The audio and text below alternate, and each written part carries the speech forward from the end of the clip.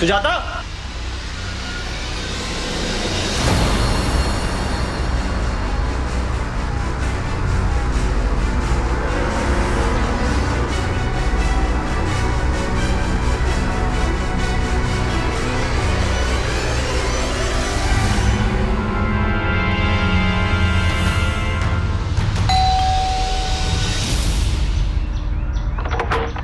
विनय भाई सब ठीक, घबराए हुए लग रहे हैं। उमेश भाई, आपने सुजाता को कहीं देखा क्या? उसका फोन नहीं लग रहा, पता नहीं 4 घंटे से कहाँ लापता है वो। नहीं, मैंने तो नहीं देखा। अर्चना भाभी, सुजाता आपके पास आई थी क्या? नहीं तो। पता नहीं वो कहाँ चली गई, उसका फोन भी ऑफ है। मिस्टर विनय। जी कहिए। मैं इंस्पेक्टर सूर्या। आप जल्द से जल्द पुलिस स्टेशन आ जाइए, शिनाख्त करनी है।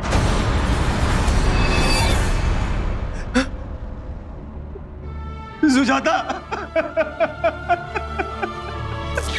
अगर किसी परिवार का एक सदस्य रहस्यमय तरीके से अचानक लापता हो जाए और फिर कुछ समय बाद उसकी लाश मिले तो उस परिवार पर तो मानो पहाड़ ही टूट पड़ेगा। ऐसे परिवार की मनोदशा क्या होगी, इसकी हम और आप तो कल्पना भी नहीं कर सकते हैं। इस केस में भी ऐसा ही कुछ हुआ था, लेकिन वजह क्या थी इस हत्या की, यह जानने के लिए हमें चलना होगा 1.5 साल पीछे, जहां आप देखेंगे कि लालच और धोखा किस कदर इंसान को, उसकी सोच को और उसकी जिंदगी को बर्बाद कर देता है। क्या बात है। मैं आपको बताऊं, मेरा और पकौड़ा का जो कनेक्शन है ना, आप सोच भी नहीं सकते। उस दिन मैं नागपुर में था, मेरे हाथ में पकौड़ा, इंडिया को आखिरी बॉल पे चौका जिया था। यहाँ मैंने पकौड़ा खाया, वहाँ कोहली ने चौका मार दिया, जीत गई इंडिया। यार बताओ सर। अरे क्या बात है, तो इस बात पे और पकोड़े अरे सारे मैं ही तो खा रहा हूँ यार। अभी अर्चना यहाँ पे होती ना तो पूरी कैलोरीज इनके हाथ में पर्चा थमा देती। इतना वॉक करना और इतना पसीना बहाना है। उमेश भाई, आप भी ना भाभी को बेकार ही बदनाम कर रहे हैं। अरे बेचारी कुछ ना कुछ करती रहती है, कभी एनजीओ, कभी अनाथालय, कभी सोशल सर्विस। अच्छा है ना विनय भाई, जरूरतमंदों की मदद हो जाती है, उसे भी 2 पैसे मिल जाते हैं। और सबसे ज्यादा फायदा ना असल में मेरा है। वो कैसे? अरे वो ऐसे कि सारा दिन काम में बिजी रहती है, तो मुझसे तो लड़ने का टाइम ही नहीं है ना उसके पास। खाइए पकोड़े खाइए।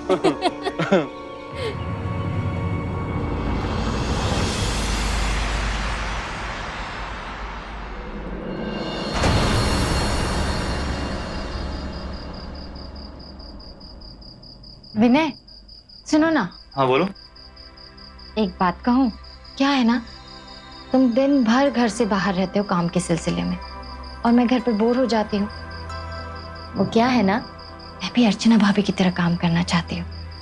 देखो ना, इससे मेरा मन भी लगा रहेगा और घर पर 4 पैसे भी आ जाएंगे। देखो, अगर पैसे कमाने की बात है तो मैं काम करने के लिए मना करूंगा, लेकिन हाँ, अगर तुम अपना मन लगाने के लिए काम करना चाहती हो तो इसमें कोई बुराई नहीं। इनफैक्ट तुम इस बारे में अर्चना भाभी से बात कर सकती हो। सच्ची? हाँ। I love you. तुम खुश तो मैं खुश। अरे मेरी बात तो सुनिए आप। देखिए मैडम, जुए के पैसे में ना उधारी चलती है ना ही बात की देनदारी। फिर भी मैं तुम्हें कल सुबह के 11 बजे तक की मोहलत दे रहा हूँ। कल सुबह के 11 बजे तक मेरा पैसा नहीं मिला तो मेरा बंदा तुम्हारे पति के ऑफिस से पैसा लेकर आएगा। कहा ना कल तक पैसे लौटा दूंगी।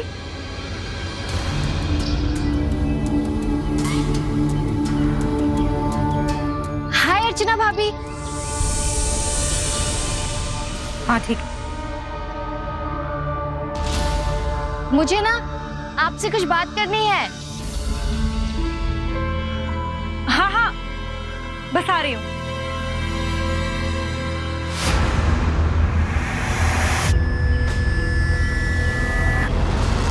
सुजाता, सोशल सर्विस से कुछ नहीं मिलता, पैसे कमाने के लिए कुछ और करना पड़ता है। क्या भाभी? लॉटरी डालती हूँ, सुना तो होगा, किटी बीसी। इसमें हर महीने किश्त की एक रकम जाती है। एक किश्त समझ लो हो गई 10,000 रुपए की, तो 12 महीनों के हिसाब से हो गए 1,20,000 रुपए। लेकिन पते की बात यह है, जो सबसे आखिर में पाई उठाता है उसे सिर्फ 11 किस्तें देनी पड़ती है। यानी 1,10,000 डालो तो 1,20,000 मिलेंगे। इतना ब्याज तो बैंक भी नहीं देता। तुम्हें पता है सुजाता, मैं अपनी सेविंग्स ना इन्हीं किटीज में डालती हूँ। भाभी, मैंने भी कुछ सेविंग्स कर रखी है। मेरी भी एक बीसी डलवा दीजिए ना। हाँ हाँ, क्यों नहीं। अब कल ही एक नई किटी डल रही है, मैं काम करती हूँ, मैं तुम्हारे पैसे उसी में डलवा देती हूँ। वैसे तो कम से कम 10,000 की एक किस्त बनती है, लेकिन हाँ, अगर तुमने 3 किस्तें एक साथ दी तो तुम्हें पूरे 10% ऑफ मिलेगा। अरे वाह, इतने पैसे तो है मेरे पास, मैं कल ही लेकर आती हूँ। अच्छा तो अब मैं चलती हूँ। हाँ, वाह, इतने सुंदर कंगन, काफी भारी लगते हैं। विनय ने गिफ्ट किया था, 10 तोले का है। अब अच्छा भाभी, अब मैं चलती हूँ, बाय।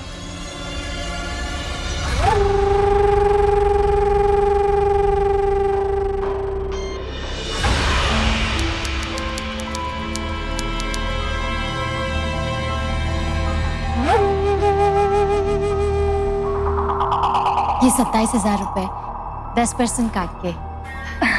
भाभी, ये पैसे डूबेंगे तो नहीं ना? अब सुजाता, तुम इतनी चिंता क्यों करती हो?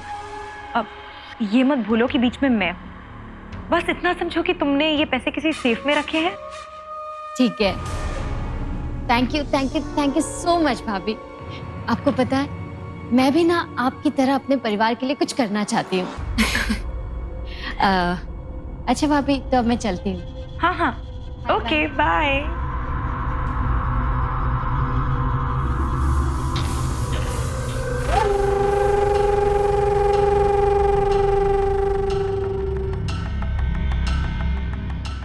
हेलो, सुनो, अपने आदमी को भेज दो पैसे उठवाने के लिए। और हाँ, टाइम ठीक से नोट कर लेना, पूरे 11 बजे।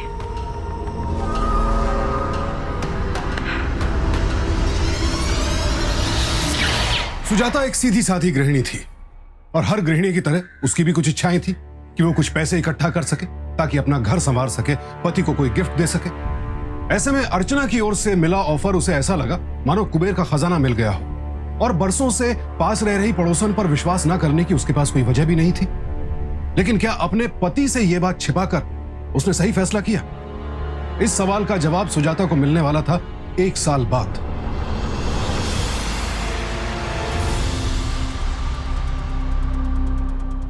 किट्टी,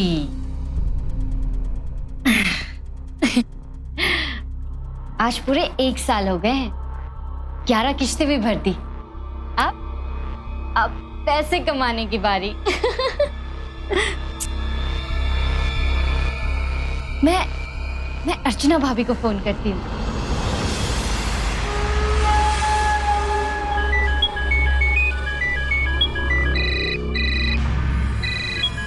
अर्चना, तुम्हारा फोन बज रहा है, फोन उठाओ।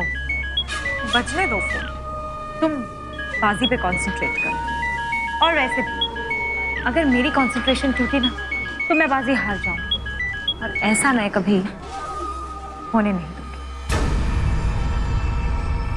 लगता है भाभी समाज सेवा में बिजी होगी। एक बार फिर ट्राई करती हूँ।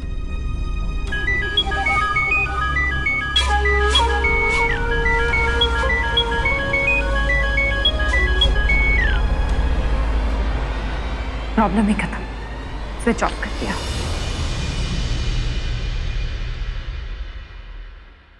भाभी फोन क्यों नहीं उठा रही मेरा?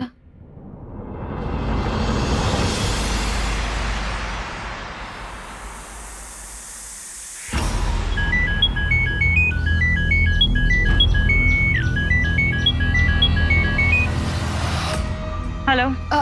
हेलो अर्चना भाभी।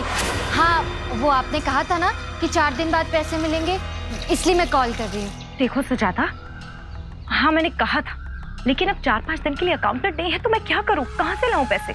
और हाँ सुजाता, बार बार कॉल करने से ना तुम्हारे पैसे बढ़ नहीं जाएंगे, और ना ही फोन नहीं करने से तुम्हारे पैसे कम हो जाएंगे, तो प्लीज थोड़ा सब्र करो। पर कमबख्त, ये तो पीछे ही पड़ गई है।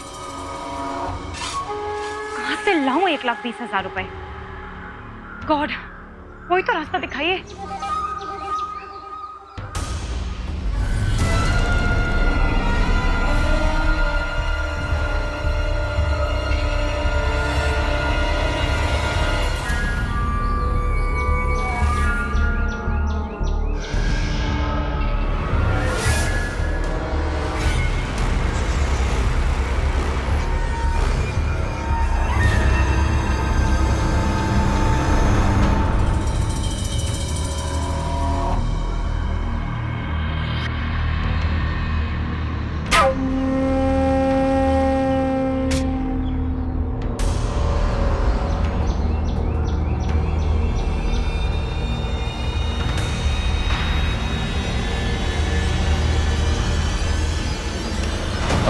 भाभी जी, ये आपका फोन गिर गया। Thank you.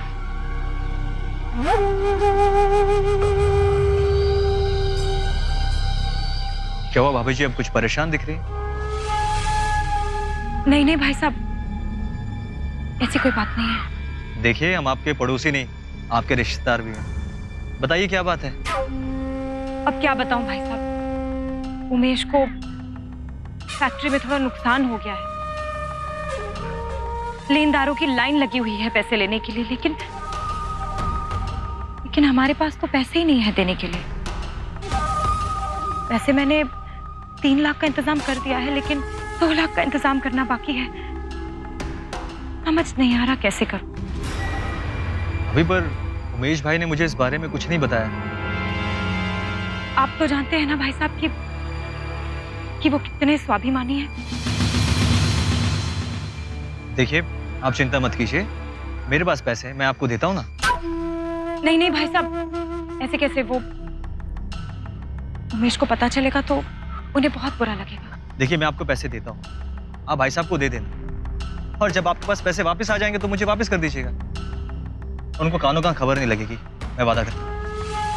ठीक है भाई साहब।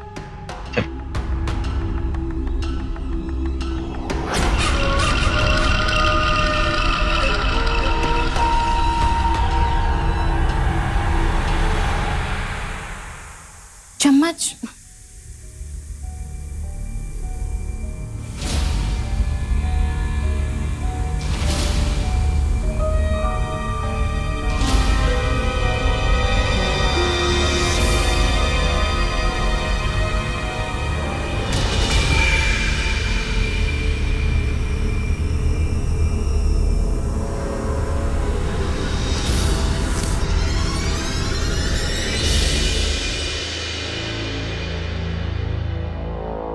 ये रहे आपके गर्मा गर्म पोहे। Thank you. अच्छा सुजाता, आप सेफ में से 2 लाख रुपए निकाल के लाना। अभी लेकर आते, आप तब तक खाइए।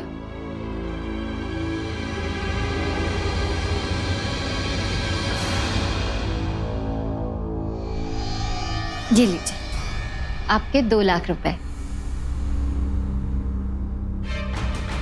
ये क्या कर दिया? नोटों में हल्दी लगा दी? हल्दी? सॉरी। कोई बात नहीं, वैसे भी पैसे घर में थोड़े ना रखने, इन्वेस्ट करने।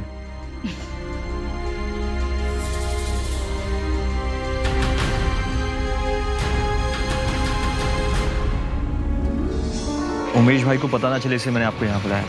ये लीजिए 2 लाख रुपए। थैंक यू भाई साहब, मैं 2-3 महीने में लौटा दूंगी। अरे कोई बात नहीं, ये पैसे अपने घर में ही जा रहे हैं। बस उमेश को मत। आप फिक्र मत कीजिए, उमेश भाई को इस बारे में कुछ नहीं पता चलेगा, ठीक है? Thank you. ठीक है, मैं चलता हूँ।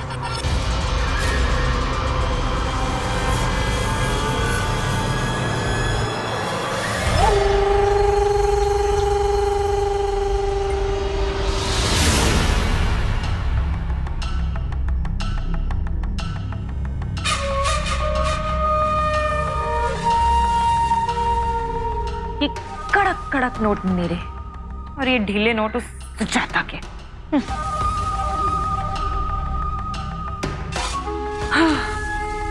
पत्नी की टोपी पति के सर। गॉड, कितने बेवकूफ होते हैं लोग इस दुनिया में। अब आएगा मजा। अब इसमें से 1,20,000 दूंगी उस सुजाता को और बाकी के 80,000 की मैं करूंगी गैम्बलिंग और उससे बनाऊंगी 2 लाख।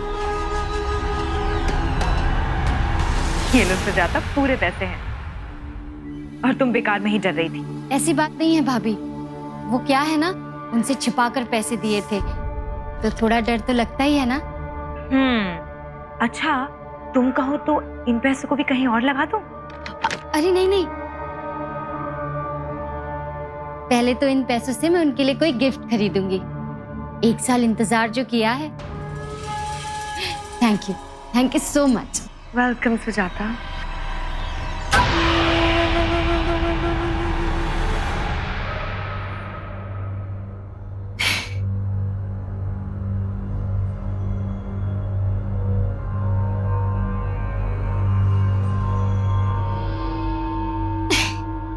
मेरी पहली कमाई। एक बार देख तो लो।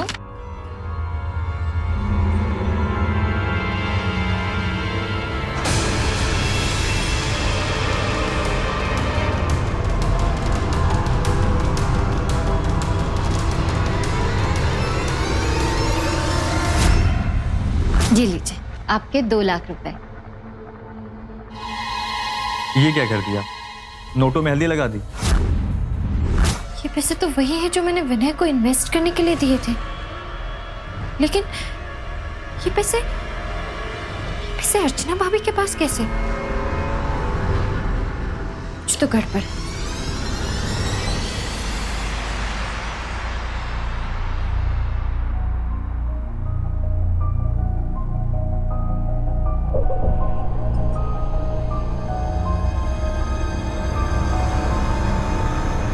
आ गए आप? कर दिए पैसे इन्वेस्ट? हाँ कर दिए। अच्छा एक बात तो बताइए, वो 2 लाख रुपए आपने कहाँ इन्वेस्ट किए? क्या बात है, आज तुम कुछ ज्यादा ही जेम्स बॉन्ड बन रही हो। कर दिए कहीं इन्वेस्ट? अच्छा ठीक है, रहने दीजिए, मत बताइए अगर नहीं बताना है तो। आखिर अब आप मुझे बताएंगे ही क्यों? मैं लगती ही क्या हूं आपके? अच्छा बाबा, अब तुम रूठो मत, मैं बताता हूँ क्या बात है, लेकिन ये बात तुम किसी को नहीं बताओगे। दरअसल कुछ दिन पहले मुझे अर्चना भाभी मिली थी, बेचारी बहुत परेशान थी। अब क्या बताऊं भाई साहब, उमेश को फैक्ट्री में थोड़ा नुकसान हो गया है। लेनदारों की लाइन लगी हुई है पैसे लेने के लिए, लेकिन हमारे पास तो पैसे ही नहीं है देने के लिए। देखिए आप चिंता मत कीजिए, मेरे पास पैसे हैं, मैं आपको देता हूँ ना। अच्छा आप खुश? अच्छा मैं फ्रेशन अप हो लेता हूँ, प्लीज खाना लगाओ, मुझे बहुत भूख लगी है। ओके जी।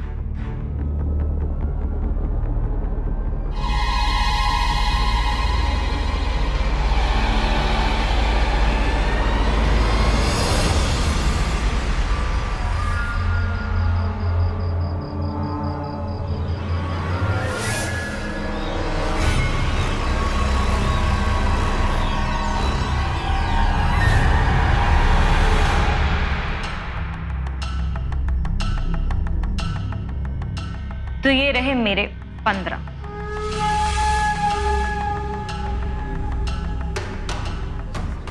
ये लो 20।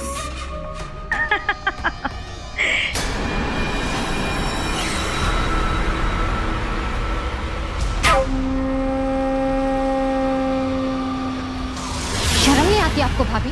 हाँ, सब जान गई हूं मैं। समाज सेवा का बहाना बनाकर आप जुआ खेलती है, और मुझसे जो पैसे लिए वो आपने किटी में ना लगाकर जुआ में लगा दिए। और जब पैसे लौटाने की बारी आई तो आपने उमेश भाई साहब को बिजनेस में घाटा हो गया ये कहकर विनय से पैसे ले लिए, और वही पैसे मुझे लौटा दिए। वो तो अच्छा हुआ कि उन नोटों पर जो हल्दी के दाग लगे थे मुझसे, वो मैंने पहचान लिए। आपने सिर्फ मुझे और मेरे पति को ही नहीं, बल्कि अपने पति को भी धोखा दिया है। देखिए, मुझे बस आपसे इतना कहना है कि आप मुझे मेरे पैसे लौटा दीजिए बस।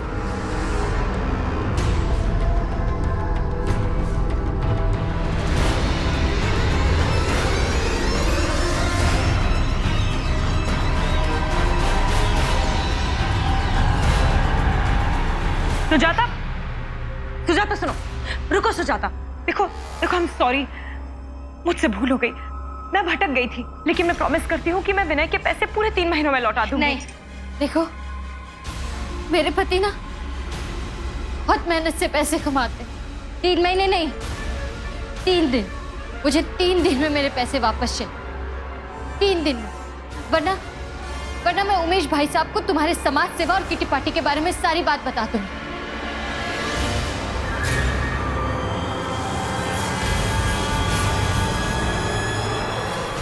नए मेहमान के आने की खुशी में बहुत बहुत बधाई हो। Thank you. पर अर्चना भाभी कहीं दिखाई नहीं दे रही, कोई बात हो गई क्या? ऐसी कोई बात नहीं है, मेरे ख्याल से उनकी तबीयत ठीक नहीं है। अच्छा चलिए, मैं बाकी लोगों से मिल लेती हूँ। जी।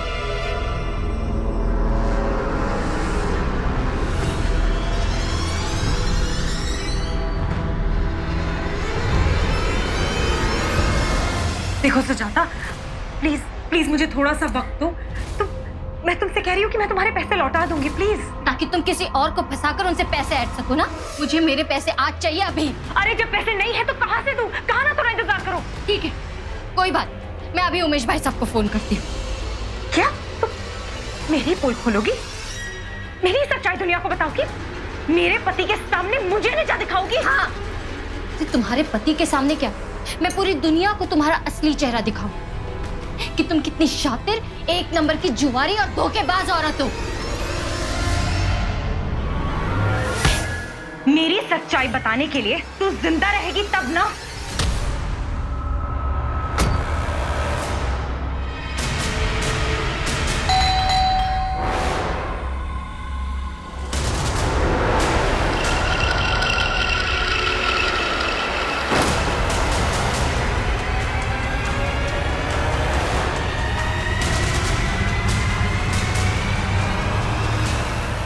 कहाँ रह गई? फोन लगाता हूँ।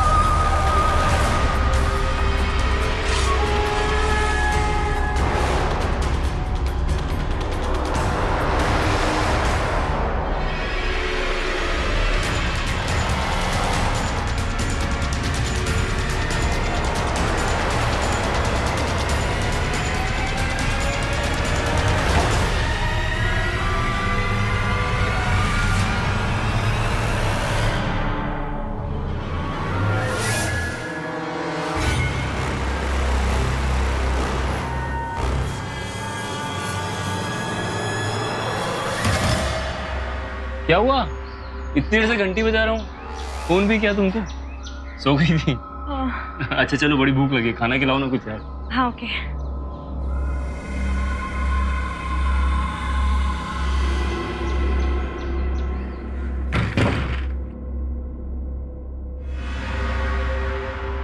क्या बात है, आज दिन में ही नींद? लगता है सुजाता की गोद भराई में आप बहुत थक गए। वो नहीं, मैं जा ही नहीं पाई। वो क्या है ना कि दिन में ही नींद लग गई। अच्छा। लेकिन क्या बात है, आज आप इतनी जल्दी घर कैसे आ गए? शाम को विनय पार्टी दे रहा है ना, तो इसलिए मैंने सोचा मैं भी हाफ डे ले लूँ, अच्छे से तैयारी हो जाएगी। चलो, ये तो बहुत अच्छी बात है। एटलीस्ट इसी बहाने आज आपके साथ मैं दिन में वक्त गुजारूंगी। अच्छा।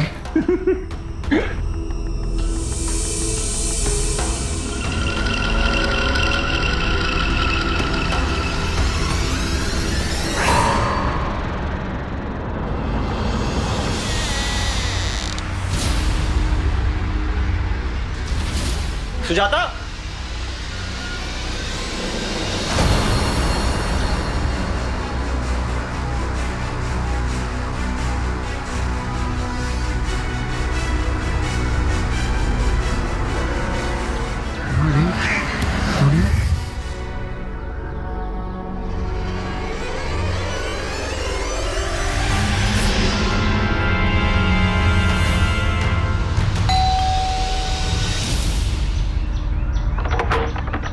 विनय भाई, उमेश भाई, आपने सुजाता को कहीं देखा क्या? उसका फोन नहीं लग रहा, पता नहीं 4 घंटे से कहाँ लापता है वो। नहीं मैंने तो नहीं देखा। अर्चना भाभी, सुजाता आपके पास आई थी क्या? नहीं तो। पता नहीं वो कहाँ चली गई, उसका फोन भी ऑफ है। ओहो भाई साहब, आप भी ना फालतू में चिंता कर रहे हैं।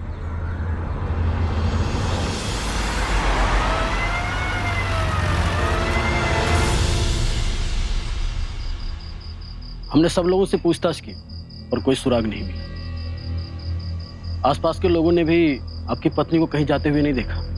आपने उनके फ्रेंड्स या रिश्तेदारों से मालूम करने की कोशिश की? इंस्पेक्टर, फ्रेंड्स के यहाँ जाना उसकी आदत नहीं है और वो ज्यादातर वो घर पे ही रहती है। अगर वो कहीं बाहर जाती तो मुझे जरूर फोन करती या तो अर्चना भाभी को जरूर बताती। हाँ हाँ, भाई साहब सही कह रहे हैं, वो मुझे बताए बिना कहीं नहीं जाती थी। खैर, हमने उनका मोबाइल विजिलेंस पे डलवा दिया है। अब सुबह तक इंतजार कीजिए, उसके बाद हम रिपोर्ट लिख लेंगे। चलो। चिंता मत करो विनय भाई, सब ठीक हो जाएगा। मुझे पूरा यकीन है सुबह तक भाभी का कुछ ना कुछ पता चल जाएगा। हाँ भाई साहब, सुजाता जरूर आ जाएगी। हाँ। आप बस शांत रहिए।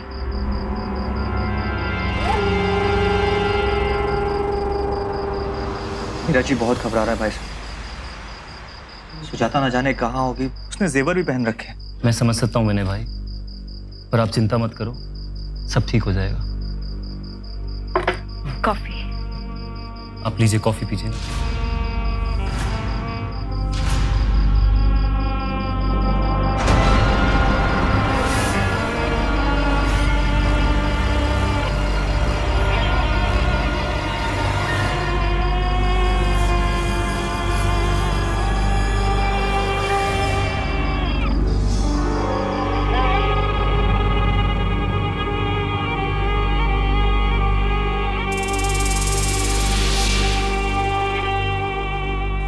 अर्चना ने सुजाता के साथ लेन देन में ही धोखाधड़ी नहीं की थी, बल्कि एक पूरे परिवार के विश्वास को तहस नहस कर डाला था उसने। सुजाता का कहीं कुछ पता नहीं चल रहा था। विनय बिल्कुल टूट सा गया था।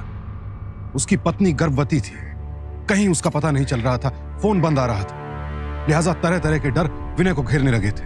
हमें बचपन से सिखाया जाता है कि सबसे ज्यादा विश्वास अपने परिवार के सदस्यों पर करना चाहिए और उसके बाद पड़ोसियों पर। लेकिन अगर किसी वजह से यह विश्वास शक के घेरे में आ जाए तो इससे परिवार का सिर्फ एक सदस्य नहीं, पूरा परिवार प्रभावित होता है। और यही हो रहा था इस परिवार के साथ।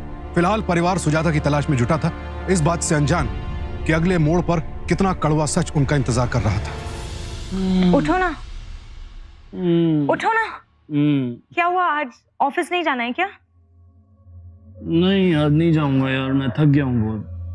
रात भर विनय के साथ था, मैं सो ही नहीं पाया। अच्छा, पर तुम सुबह सुबह तैयार होके कहाँ जा रही हो? मैं? आपके पास तो नींद का बहाना है, लेकिन मैं तो एक अच्छी पड़ोसी हूँ ना, तो मैंने सोचा कि विनय के लिए जाकर चाय नाश्ता बना देती हूँ। सॉरी यार, तुम रहने दो, मैं ही जाता हूँ। मैं काम करूँ ना, मेरी आयरन निकालो ना शर्ट प्रेस करने के लिए। नहीं। क्या हुआ? मतलब मैं हूं ना, मैं कर देती हूँ, आप जाकर फ्रेश हो जाइए। How sweet. ठीक है मैं जाता हूँ।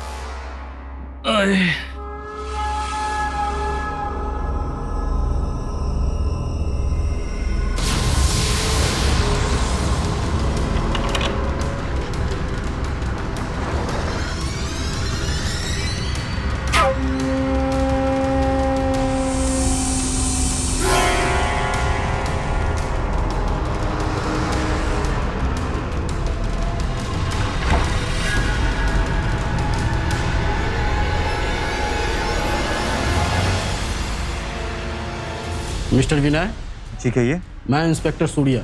आप जल्द से जल्द पुलिस स्टेशन आ जाइए। शिनाख्त करनी है।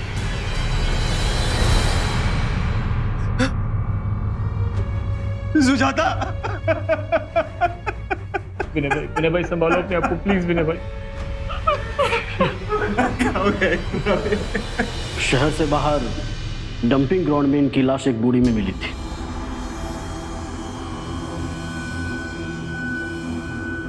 सुजाता वहां क्या करने चाहिए? जहां तक मेरा तजुर्बा है, ये वहां नहीं गई थी, क्योंकि इनके पैरों में न चप्पल थी न जूतियां, न ही शरीर पर कोई गहने थे। मारने वालों ने किसी और जगह मारकर इनकी लाश को ठिकाने लगाने के लिए एक बोरी में डालकर डंपिंग ग्राउंड में फेंक दिए। इनके मोबाइल की लास्ट लोकेशन आपके घर के पास ही ट्रेस हुए हैं।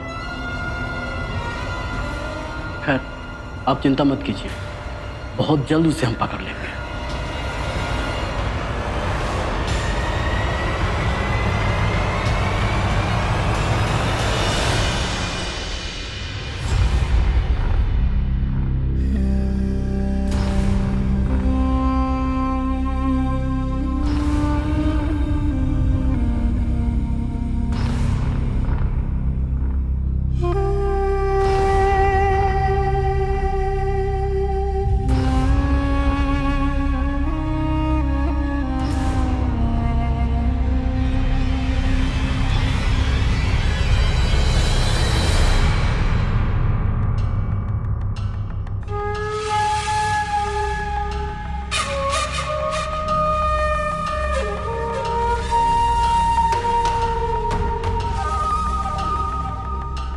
बेटा, तेरहवें के दिन स्वर्गवासी का पुराना सामान का दान किया जाता है ताकि उनकी आत्मा को शांति मिले।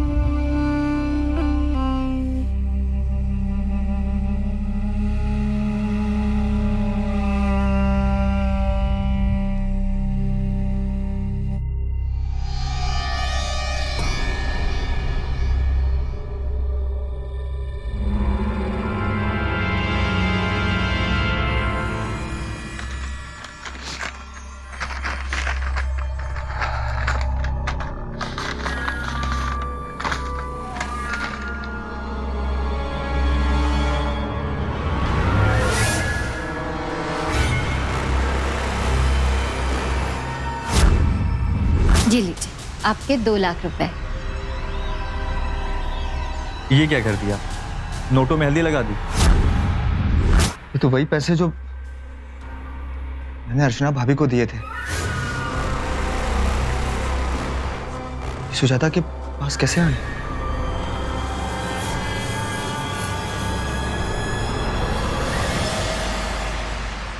अच्छा हो विनय भाई जो आपने ऑफिस फिर से ज्वाइन कर लिया, क्योंकि जितना जल्दी इन सब बातों से बाहर आओगे ना उतना ही ठीक रहेगा। वैसे उमेश भाई, ठीक कहा आपने। आपका धंधा कैसा चल रहा है? काफी मंदी होगी नहीं? नहीं यार, मेरे धंधे में कहाँ मंदी है, उल्टा इस बार तो पहले से ज्यादा मुनाफा हुआ है। हाँ चलो खैर, मैं चलता हूँ। हाँ ठीक है, आप ख्याल रखो जी। गुड नाइट, मैं कल मिलता हूँ आपसे।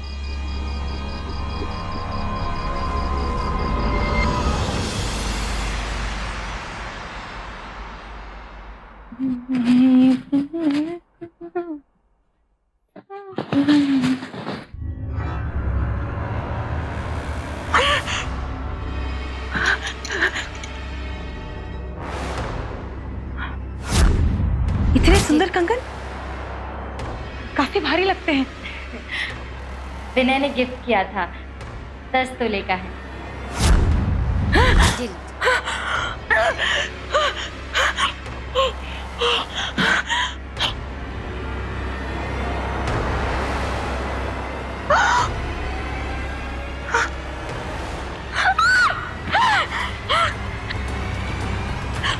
क्या हुआ?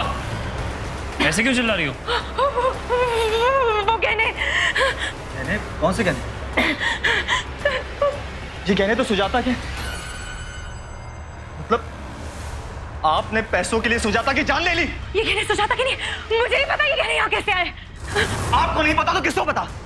ये गहने आपके पास है तो जाहिर सी बात है आपने सुजाता की जान ली है। नहीं, मैंने उसकी जान नहीं ली है, ये उसके गहने नहीं है। झूठ मत बोलिए आप। इन गहनों को मैं अच्छे से जानता हूँ, इन्हें मैंने खुद बनवाए थे। आपने सुजाता की जान ली है। अरे ये गहने सुजाता के कैसे हो सकते हैं? क्योंकि मैंने अपने हाथों से उन्हें गलाकर बेचा है। क्या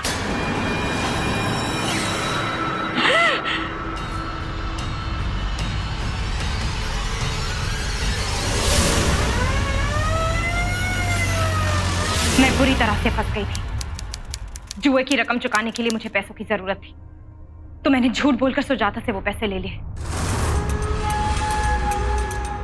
ये 27,000 रुपए 10% काट के। फिर उसे लौटाने के लिए मैंने विनय से झूठ बोलकर पैसे लिए। उमेश भाई को पता ना चले इसलिए मैंने आपको यहाँ बुलाया। जी लीजिए 2 लाख रुपए। थैंक यू भाई साहब।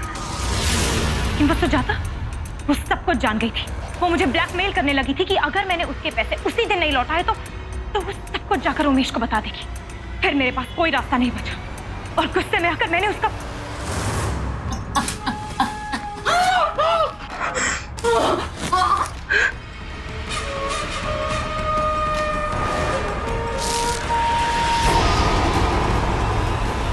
दो दिन तक वो लाश मेरे बिस्तर में पड़ी थी। और फिर जब उमेश और विनय पुलिस के पास रिपोर्ट लिखवाने गए, तब मैंने वो लाश निकाली, मौका देखते ही उसके जेवर उतारे।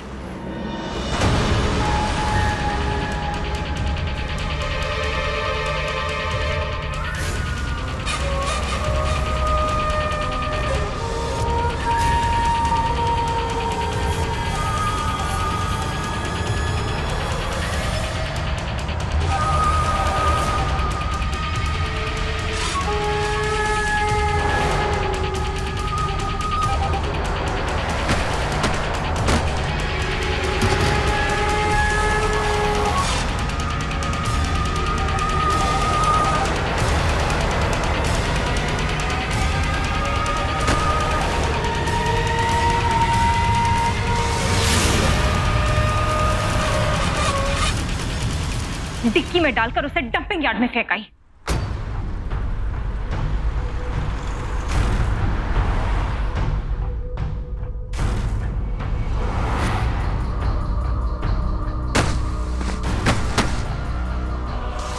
और उन गहनों का क्या किया? मैं जान गई थी कि अगर वो गहने मैं बेचती तो मैं पकड़ी जाती, इसलिए मैंने उन गहनों को गलाकर उन्हें बेच दिया। और वो सेम गहने तुम्हारे पास कहां से आए? मैं बताता हूं पूरी कहानी। एक क्लब में मैंने इन्हें जुआ खेलते हुए देख लिया और उस दिन मुझे इन पर शक हुआ और तभी से मेरा शक यकीन में बदल गया।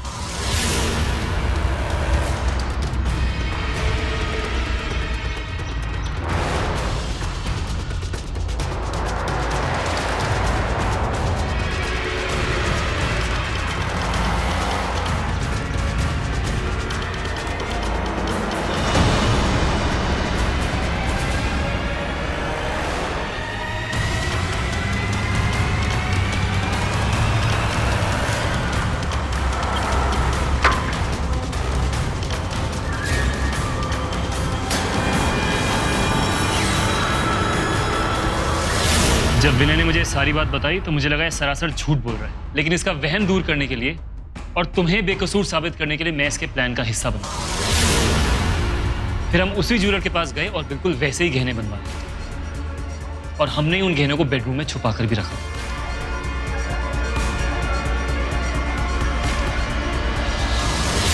इंस्पेक्टर साहब, मुझे लगा था कि ये बेकसूर है, लेकिन मेरा यकीन गलत साबित हुआ।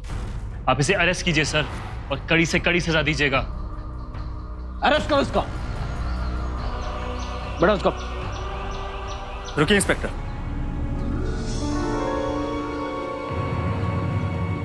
इतना सम्मान दिया, इतना भरोसा किया हमने, फिर भी ऐसा क्यों किया तुमने?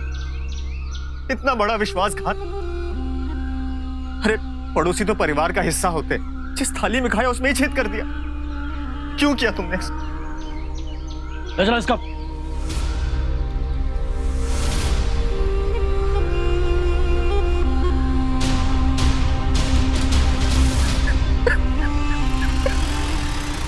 अदालत ने अर्चना के जुर्म को बेहद संगीन करार देते हुए उसे आईपीसी के सेक्शन 302 के तहत उम्र कैद की सजा सुनाई। एक बुरी लत से कई झूठ जन्म लेते हैं और फिर झूठ छिपाने के लिए होते हैं अक्सर दिल दहला देने वाले अपराध। यही हुआ सुजाता और अर्चना के केस में।